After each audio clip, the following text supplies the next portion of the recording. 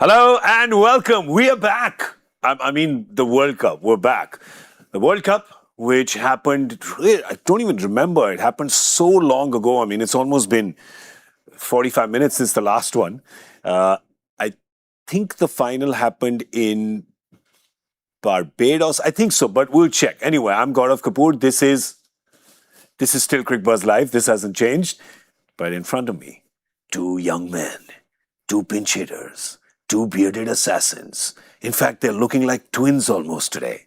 Dinesh Karthik and Ajinkya Rahane. Welcome to Cricbuzz Live. I liked one terminology you used there. Pinch hitters. Vital. Yeah. Love it, huh? I have done it so many times. Absolute disgrace and a failure. That pinch hitter role when they said, "Jao thoda maro." थोड़ा आगे जाके. और मैं कभी था ही नहीं यार pinch hitter.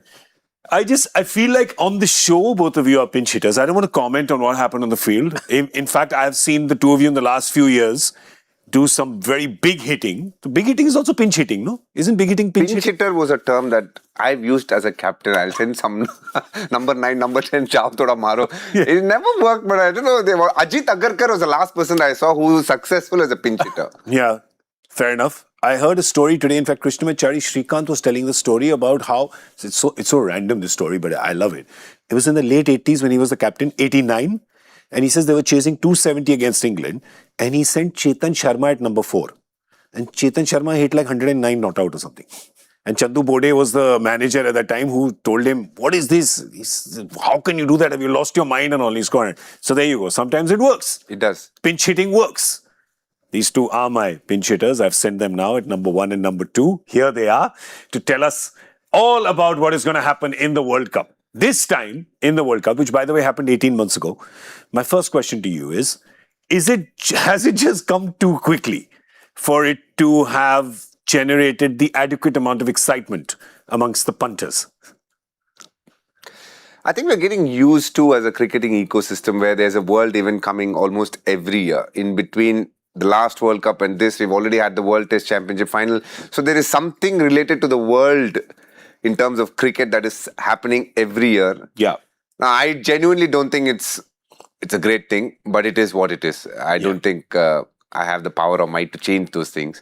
But all I would say is they shouldn't use the word world, I feel. They should change it as a T20 cup or something like that. Yeah. World Cup should be once every 4 years. I feel that somehow adds a lot of value. It's an interesting point. Yeah. He makes an interesting point. I mean, you can't call it anything else, unfortunately, right? You have to call it that. Yeah, but call it the global T20.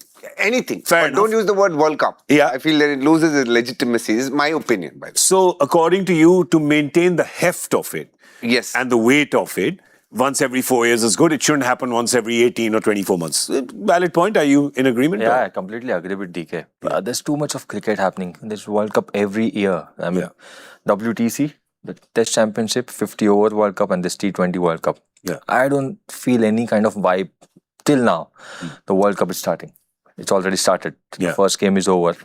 But because of too many of matches, too much of cricket, it's really important to keep that World Cup in that special thing.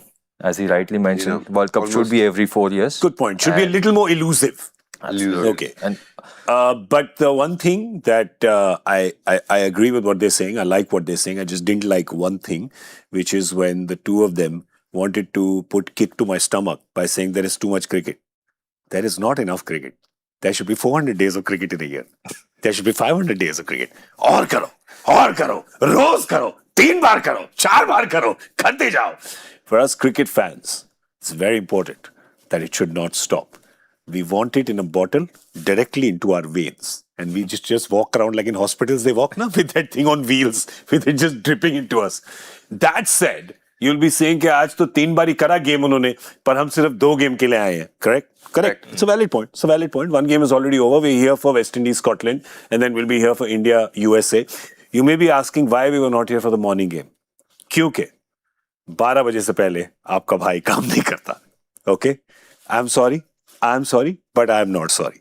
I cannot work in morning. What about you? I didn't get a flight. There's no morning flights. That's a problem. Correct. It is. What about मेरा you? कुछ अलग काम होता है 12 बजे से पहले. What do you mean? Sounds very interesting. Only this is sounding a little भाई dodgy. ये क्लिप काटी जाएगी. In Mumbai, I just want to say two things happen. First of all India, what happens is milk delivery. Right, you take on a cycle and you deliver milk. In Mumbai, they also have like poha stand and idli upma stand and all that business also happens in the morning. Which business are you involved in, Mr. Rahane? सुबह cricket भी खेला जाता है. I'm still fancy playing entrepreneur also. He must have invested in some, vada pav, mobile vada pav. Then the first half of the day is just cricket. थोड़ा training भी कर लो. But cricket भी खेल लो. why are you training? All the cricket is played in the evening. Why are you training in morning? He's training in the morning for evening cricket. That's going to come in March, April. Yeah. No. Train in evening only is better. I have to tell you, there are some very dear friends of ours who are very unhappy. I can name one of them, our big brother, Mr. Ajay Jadeja. He keeps saying, हमारे time में शाम वाली cricket क्यों नहीं हो गया? This evening cricket was great. For people who are nocturnal and like sleeping late, this evening cricket is, of course. I'm sure Ashupa also feels the same. He must be so in sync with IPL. आराम से 7 बजे शुरू होता है. He, I'm sure, wakes up around 2:33 in the afternoon and just then walks into a game. Yeah. But West Indies cricketers love it, right? They don't wake up till like 3-4 o'clock. They live in that time zone of theirs only. They don't change to Indian time zone. They don't have concept of those things. They are very, jet lag doesn't exist only for them. They only still operate in West Indies timings. I believe that. But if you have an afternoon match, man, they struggle. Yeah. They just hate it. 6 o'clock in the morning, 6, 7 in the morning. Yeah. They wake up at 4, used to 5. go to the gym at like 3 o'clock in the morning, 2:30. He'll go and do biceps full on. WhatsApp status, I used to see the next day thing, whether he'll come for the game only. But they would come. See, that's what we do on Cricbuzz Live. We talk about cricket and we talk about multiple stories around cricket as well. But let me tell you the story of this World Cup. What is the format? Well, I'll tell you one thing. That there is the world part of the World Cup. There's a lot of teams playing. Teams that you perhaps did not expect to see. There's a team from Italy. There's a team from Nepal. There's 20 teams basically that are playing. And then there's going to be a mad scramble for basically 8 spots. I think that's what we should tell people, DK. It's the 8 spots that everyone is fighting for, right? True. It's pretty much along the football lines where they have 20 teams, 4 groups, 5 teams each, and then the top 2 qualify. The seeding is what you need to explain, and I think you'll do a fabulous job at it. Go for it. So they are pre-seeded.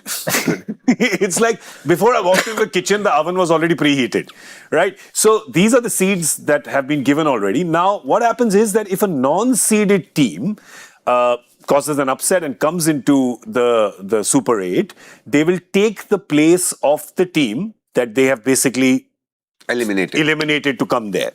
Right? So, for example, and I'm not saying that will happen, but for example, if Pakistan, which is Y3 in the second group, does not make it, now they won against Netherlands, they almost didn't. That team, let's say, Scotland. Is Scotland in their group? I'm also very confused about who's in what group and who falls where. Right? But let's say one of the unheralded like if Netherlands had managed to cross the line against Pakistan and for whatever reason Pakistan didn't qualify, Netherlands would be Y3. Y3. Yeah. Is that a good example? That's a very good example. Thank you so much for rescuing me over there. But these are the slots that I think everyone is waiting for. These are the ones that they're waiting for everyone to qualify for. From Group 1, in most probability, you will see India, Australia, West Indies and South Africa qualify. That's what the seedings say.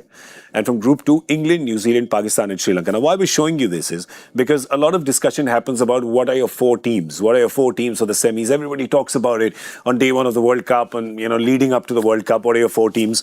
What were your 4 teams that you had told us? New Zealand, final match? India, South Africa. Yeah. England, Sri Lanka. England, Sri Lanka. Let's bring that table up again. Because I had got India, South Africa, England, New Zealand. Yeah. Those are my 4. DK, would you like to throw your hat in the ring? I'm sure. Why not? India, I always have a lot of time for Australia, but I do feel they're very hamstrung because of the fact that they're missing out on a few players. So I'll go for South Africa as well. And let's be honest, they are not defending champions. They were part of the finals last year, so they deserve to be there again in the top 2. The other side, I would go for England. I think they're playing very well. Yeah. Wrong answer I'm giving. No, next one would be New Zealand, I feel.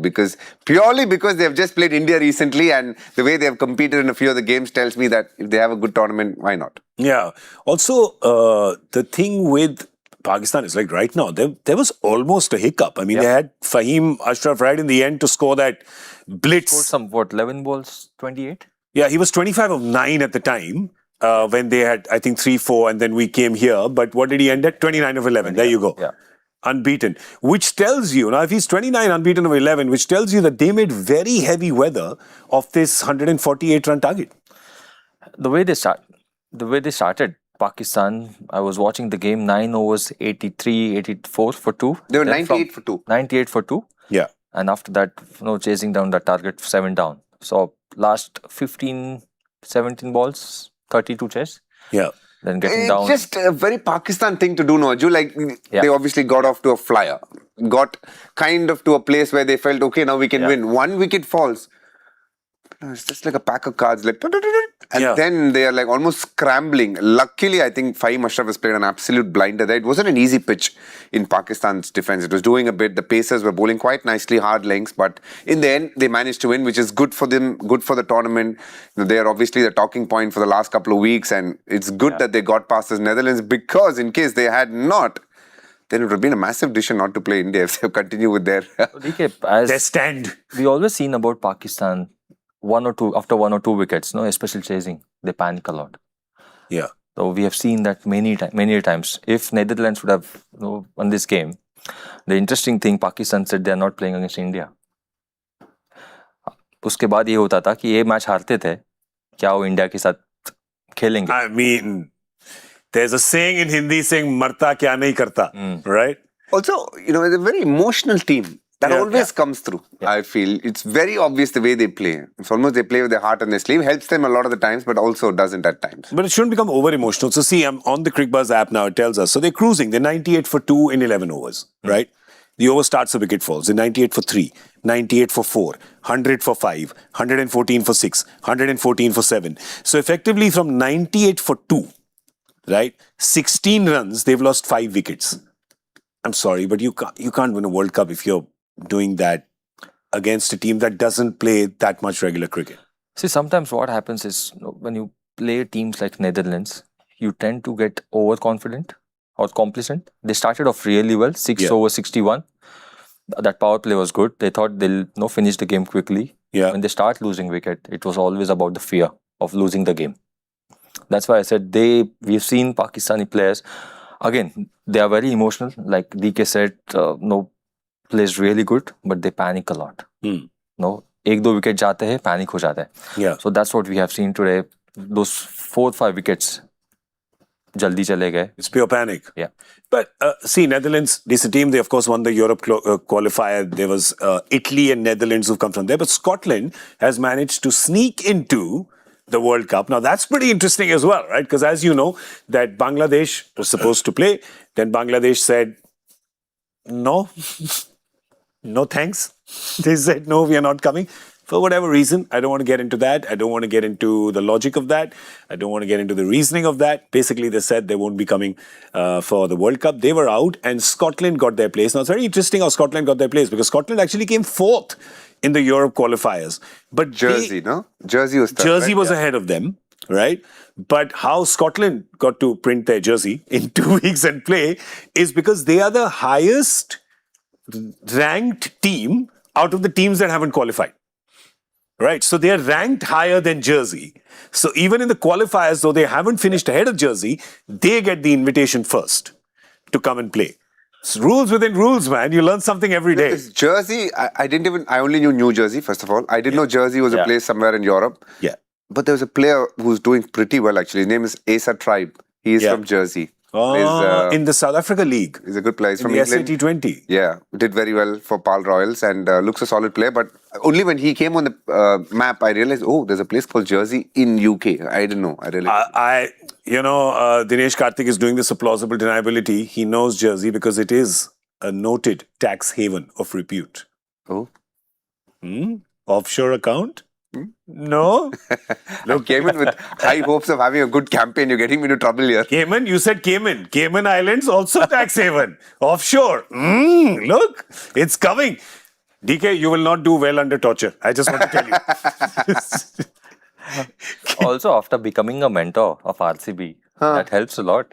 Watching all the players who are doing well, keeping an eye. I'm just saying. It's part of the job profile right now because you need to just have an idea of who's playing, how they're playing, all of that. And now that I'm doing a little bit of work in that 100 as well. It's important for me to know some British players as well. He played for Glamorgan, good player. I'm just saying, his work in 100, Sky Sports. Let's move on. There's Men, Scotland has won the toss apparently. Women, bonus, offshore, Cayman, Jersey. मैं तो बोल ही नहीं रहा कुछ. मैं अजिंक्य मैं बोल रहा हूँ कुछ. मैं तो बोल नहीं रहा. आप बोल रहे हो कुछ? कुछ नहीं बोल रहे. हम तो कुछ बोल ही नहीं रहे. हम तो कुछ बोल ही नहीं रहे. You know, GK, Scotland has won the toss, I believe. I believe, and they're bowling. That's a good move. You like that? Yeah. You like it? I mean, West Indies, the thing is that, so here's an interesting point, and I want your opinion on that. So West Indies, great team when it comes to batters, right? Do you think that their chances are hampered because there's a bit of inexperience in their bowl? I can't say inexperience. They only have one tearaway fast in Shamar Joseph, right? So their bowling is not scaring you. Their bowling is competent, but it's not scaring you. Fair to say? Yeah, I think so. Their bowling, their batting is pretty much strong enough than bowling, and it's always been like that. We have always seen about West Indies batters not dominating the game rather than the bowlers. So yeah, I feel so. And again, we've always seen it, and we spoke about Ajay Jadeja a while back, and he always used to say this on Cricbuzz Live. He said, batters win you games, bowlers win you trophies, right? That bowling lineup, Shamar is the tearaway. With Jason Holder, with Romario Shepherd, they're all bowling in the 130s. And a lot of time it's kind of on Indian surfaces, it can be kind of sit up and get hit. Their Achilles heel for some time has been their bowling. If you look at what West Indies have done well is they bat deep, they bat long, they have some proper power. But for some time now, it's the bowling which has been very, very challenging in terms of how other teams have matched up against them. Even in this team, if you say you have Romario, you have Jason Holder, pure thoroughbred all-rounders. There's Matthew Ford and Shamar Joseph. Now, Shamar Joseph off the lot is actually the least experienced in T20 cricket, but bowls gas, but he goes for runs. Yeah. Now, against a team like Scotland, he could be very useful because, they are obviously not playing that kind of pace every day in their career. So it will be a challenge. But the fact is that their bowling is a bit one-dimensional. They don't have any variety. They have two left-arm spinners, Gudakesh Moti and Akhil Hussain, and they have Roston Chase who bowls a bit of off-spin. But they don't have a mystery spinner. They don't have a point of difference fast bowler. It's all pretty stock standard bowling. And that's why I feel Scotland have done the right thing. If they can keep them to a decent total, which could be quite hefty because they bat all the way up to number 10, then they can put the West Indies bowling under pressure. I think the testament to the fact that both of you are saying that their bowling has been their Achilles heel is the fact that they lead up into this tournament. You can tell with that kind of batting lineup, you'd be thinking, oh, they should blast every opposition away. But look at that. They've barely won anything. I think about West Indies. You don't know which team is basically turning up on that particular day. We always saw West Indies batters. They can chase down any kind of total. But also, while batting first, they'll probably get out 80, 70, whatever, 100 all out. True. So that's the thing. For them, the challenge is playing consistent cricket. So their batting lineup is really strong. As we were talking about, bowlers are pretty much inexperienced. But I think if they can focus to control this T20 format, this event, only with the batting, they can still do well in this tournament. I mean, they've got in their batting, they've got Shea, Sher, Shim. The three of them are really good. Sherfain, Shimron, and Shea Hope. These three have been in good form. You know that Robin Powell, Romario Shepherd. You know they're hitting power. And like DK said, they're batting down till number 10. So it is pretty solid. I mean, you think about it. There's Nicholas Pooran has actually retired from international cricket. He's not there. No Andre Russell.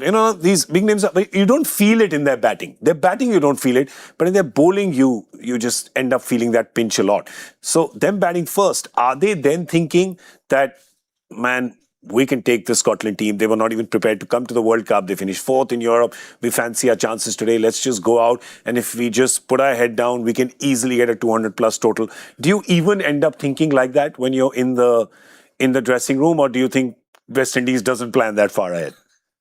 Well, you would have to say West Indies wouldn't plan that far ahead, knowing generally how they live their lives. But all I can say is, with this bowling attack, and if the pitch is half decent, they need to get minimum of 2. They need to get consistently 20 above par to defend with that bowling. That's a fact. They don't have, you spoke about Pooran, you spoke about Russell. But for me, if he's still playing, but Sunil Narine would be a great addition to them because what he brings with the ball would be very valuable for them. Though, if you look at their batting, the one big plus point for them is their good batters are in proper form. Shea Hope has batted brilliantly for Pretoria Capitals. Shafin Rutherford has been the star for Pretoria Capitals. I thought Roston Chase has been very good as well. We all know how good Hetmeyer can be. Romario Shepherd has been in good form for some time now. Brandon King has been quite okay in the Bangladesh series as well. From Jason Holder, you can see the price that he went for on the IPL auction, suggesting that they believe that he's got the tools as a proper all-rounder. And then if you look at Akil Hussain, he's done very nicely for them. Gudakesh Moti, highly valuable for Guyana whenever he's played and done well for West Indies. So overall, they're a team which is in form with batting. But it's their bowling that, to be fair, they get smacked. I mean, they got 173 in one of those bilateral they played against South Africa. They got 173. South African, I won't say second team, but most of the players not even in the current South African team, they got 175 for 1 in 15 overs. They smashed them. So the bowling is actually not a letdown, but it's a weaker suit, so to say. I mean, it's got to be both, right? But today they have a chance, perhaps, to get some points on the board because there's a Scotland team which, I mean, we're not counting the Scotland team any less, but you look at this 11. This 11 till 2 weeks ago was thinking they'll watch this World Cup on television, perhaps at the pub with a pint. And here they are. Got their jerseys made in Bangalore, apparently. Sent a thank you to someone. A printer in Bangalore said, thanks for making like 60, 70 jerseys really quickly. And that's how it is. And that's what I love about it. It just makes a great story. Perhaps will make a great documentary. Their captain, Richie Berrington. And their one bowler who I definitely want to talk about is Mark Watt. Because what I really like, I mean, he's asked like, would you like to mark your run-up? He goes, Mark Watt? Because he doesn't believe in a run-up. He bowls from behind the umpire. Now, can he do that? Can he bowl from 24 yards? Because it was called a dead ball. I know we've all watched the footage. It was called a dead ball. Is it a dead ball? Like, do you have to... You can bowl from behind the crease, but you have to bowl ahead of the umpire. The umpire should be able to see you. Is that the rule? No, you can bowl from... You can bowl from anywhere. Yeah. You can bowl as long as it's within that return crease or the cutting crease, as they call it. So you just have to be behind it. Behind that. You can't go wider of that. Yeah. That's the key. And he's a good bowler. Though this game will be highly challenging for him because most of the West Indies batters are left-handers. The matchup would be right into their alley. But it's a good team, Scotland. You know, they've got some good players like Brandon McMullen. He's a good player. Every time Scotland has done well, he's been a key player for them. Richie Berrington, the captain, plays some good impact innings. George Munzia, I'm sure we'll talk about him later, but he's again a solid player. Overall, they've got some good all-rounders. It's surprising that they haven't done as well as they should have in the European League because, you know, Italy is qualified. Yes, they are a solid team actually because of a lot of past players from South Africa. But the fact is that Scotland have been playing together for some time now. They'd be disappointed they didn't qualify at the first place. Now they're getting their opportunity. So it'll be good. Again, for Scotland, the challenge is their attack. You know, they're dependent a bit Mark Watt with the ball and they have a couple of fast bowlers, Leask, and all of them bowl not the sharpest, but you know, they have T20 experience, but nothing that's going to scare an opponent. To add that what he said, it's basically nothing to lose for them. Wildcard entry for Scotland, you know, coming into the World Cup, Bangladesh not playing, nothing to lose. Basically, just going out there into this beautiful event, T20 World Cup, and playing fearless cricket. So, not much of fast bowlers like quick bowlers, as DK said. West Indies probably their batters they like pace. Slow bowlers, it's sometimes difficult to hit. So I think it's a great opportunity for them to just going out there and enjoying this this. Yeah, I mean they have been on the stage before. They have played the World Cup. In fact, the last time they came pretty close to qualifying. There was a net run rate situation. So they've been there, and there's a lot of players who will carry over from last World Cup in America when they played. They first of all they lost to Australia by 3 runs or something like that. Skin of their teeth or correct. Something. Yeah. And then they were 90 for no loss against England. And they had beaten Namibia as well. So, you know, if that England match had gone on fully, God knows what would have happened. They were 10 overs, 90 for no loss, if I'm right. And they had good chance of qualifying. But I think that was the best World Cup in a T20 tournament. And if they can produce anything similar to that, because their cricket obviously has gone downhill after that, because they didn't even qualify. So that they'd be disappointed with. Scotland, I'm looking forward to seeing how they go because they're coming off a very cold winter. Most of them would have been in cold storage. Suddenly they've got a call saying, boss, World Cup, you won't come. So they're like, okay. Literal cold storage. January in Scotland is proper cold storage. You're not playing any cricket. You're barely doing a stretch and a half. All the exercise you're doing is this, right? And suddenly you're playing the World Cup. So, yeah, it's pretty interesting. We'll see what their brave hearts have to show us in the next 4 weeks. Do you like that? Yeah, Like Mel Gibson, why not? Yeah. Should I do the dialogue? Yeah, please. You can tell them they will take our land, but they will never take our freedom. Lovely. Ooh, I'm feeling charged up. Uplifted. Yeah. It must be the Red Bull that I had. I think that's what's made me all charged up. And of course, Braveheart. How can you not like that film? Before we start, I have a little quiz. As you know, this is a very serious show. It's for academics, so intellectuals. I can't even finish that sentence seriously. But I have a quiz for you guys. It's called GK Checks Your GK, right? So if you both are ready, right? This is not wrong answers only. This is right answers. But I'm not. I'm not cruel-hearted. I'm giving you multiple choice questions. So I'll give you 4 answers. Of course, the first question will be for 1 lakh, and then it'll double. Oh no, sorry, that's the wrong show. Sorry, you're not winning. You get some Red Bull, some more. But here are your questions. If you're ready, Ajinkya and Dinesh and all of you sitting at home, office, bus stop, train station, classroom, tuition. Which team is featuring in the T20 World Cup for the very first time? Nepal, Oman, Italy, UAE. This Ajul will smash it, I feel. He just looks like a studious guy. Yeah, come on, Italy. Nonchalant. You don't Dismissed it from his presence. This one I knew, but as the questions go, I'll see. They're getting easier. Is it? Yeah, they're getting easier. How many overs are bowled in each innings in a T20 game? 32. Correct. Among teams who featured previously and are featuring this time around, which side is yet to register a win in the World Cup? USA, PNG, Beat Pakistan. UAE, Namibia. I don't know about Namibia. I'm sure they would have won somewhere. They've been playing for some time. UAE, I trust them to have won somewhere. PNG, I have not even remembered. So I'd say, what do you think? PNG? Yeah. PNG. Papua New Guinea is the correct answer. Well done. That's 2 out of 2.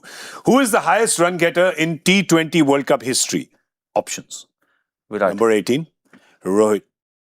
Already? I told you, you have one first bencher in your class. So didn't even need a multiple choice. Didn't need any choice. Just gave answer without choice only. Wonderful. Absolutely correct. Virat is the highest run getter. Can I see here the other choices? Just to see there was Virat, Rohit, Warner, Butler. It's a good list. It's a good list. Who is the highest wicket taker in T20 World Cup history? Rashid Khan, Shakib Al Hasan, Shahid Afridi, Lasith Malinga. I will give you a clue. He is not playing in this World Cup. Shakib. That is correct. Did he किसी ने leak तो नहीं किया ये question paper leak तो नहीं हो गया था कहीं तो बहुत जल्दी आ रहा है आपने किया हाँ आपने किया मैंने तो नहीं दिया मैंने किया होता तो मैं अपना यूपीआई कोड भी देता फिर थोड़ा लेन देन का मामला करते ना थोड़ा चलो 250 has been breached in the T20 World Cup only once. Which team did it? Australia, England, South Africa, Sri Lanka. Australia, England, South Africa, Sri Lanka. Sri Lanka. Your answer is Sri Lanka. That is the right answer, Sri Lanka. That's 5 out of 5. 6 out of 6. Let's see if you can do it. 3 of the following 4 bowlers have bowled the most maidens in the T20 World Cup history. Find the odd one out. So the most number of maidens, 3 are tied. 4th is not. He's lower. Loki, Tinda. No, I'm kidding. Loki, Bumrah. Because the next one was Bhaji. So I was like, Loki, Bhaji, Mohammad Amir. So Loki, Bumrah, Bhaju, Mohammad Amir. One is lower. Has not bowled that many maidens as the other 3. Jassi. What do you think, DK? No, don't think so much. I just because Jaspreet's name is there, I feel I'll just say Jaspreet, but it feels like because whoever has bowled the least, yeah, that shouldn't be Jaspreet, no. I'm trusting my first bencher. I am not for shouldn't. I'm here for isn't. It isn't so. It is so. Jasprit Bumrah is the lowest in that list, which is a crazy stat, and that's why we brought it out. It's you don't expect it. Which player made his international debut in a T20 World Cup final? Made his debut. This I know. in a final. I was there in that game. No, yaar. Cheating hai, to cheating hai. Please give people the answer. Yusuf Pathan. Yusuf Pathan is the right answer. Played in place of? Virendra Sehwag. That's right. Who could not play the final of that World Cup in South Africa. Back stiffness. Oh. Yeah, he has back strain, right? And he couldn't play, and Yusuf Pathan played. He's made his debut. That's amazing. We have a tiebreaker question. I don't understand what tie we're breaking because he's 7 out of 7 he got. Yeah, but Dinesh Karthik, if you can get this right, I'm the winner. you will still not be the winner, but you will get some. I get some food when I go back. Playing for pride, as they say. He's playing for pride. Who is the only player at the upcoming World Cup who also featured in the 2007 edition? With you, your batchmate. I mean, not same country, because your batchmate was there in 2007. Options hai? Yes. Johnson Charles, Paul Sterling, Brendan Taylor, Rolf van der Merwe. Brendan Taylor. Brendan Taylor. Angreze ke zamano ka Taylor. What do you say? I think so, Brendan Taylor. You also think Brendan Taylor? Because I have not played the... 2007.